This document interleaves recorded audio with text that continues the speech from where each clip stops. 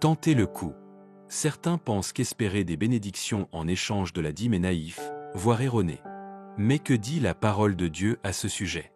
Daka était un agriculteur qui travaillait année après année, mais ses récoltes produisaient à peine assez de nourriture pour sa famille, encore moins pour vendre quoi que ce soit. Daka perdait espoir. Un jour, un ami l'invita à l'église. Là, Daka entendit un prédicateur parler d'un Dieu qui bénit ceux qui suivent ses instructions, y compris la restitution de la dîme. Daka était d'abord sceptique. Mais le désespoir le poussa à s'agenouiller. Il pria, « Seigneur, si tu me bénis comme le prédicateur l'a dit, je te rendrai la dîme. » La saison des semailles qui suivit, Daka travailla selon sa routine habituelle.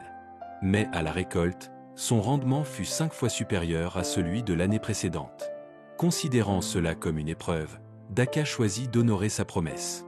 Il rendit la dîme à Dieu. La dîme n'est pas seulement une question d'argent, c'est une question de confiance en Dieu et en sa parole. Espérer des bénédictions après avoir rendu la dîme, c'est exactement ce à quoi le Seigneur lui-même nous invite. Dans Malachie, il dit « Mettez-moi à l'épreuve en ceci. Et vous verrez si je n'ouvre pas pour vous les écluses des cieux, si je ne répands pas sur vous la bénédiction en abondance. » Si vous n'avez jamais mis Dieu à l'épreuve de cette manière, il vous invite à commencer dès aujourd'hui. En rendant notre dîme et notre offrande de promesse, mettons nos désirs en dernier et Dieu en premier.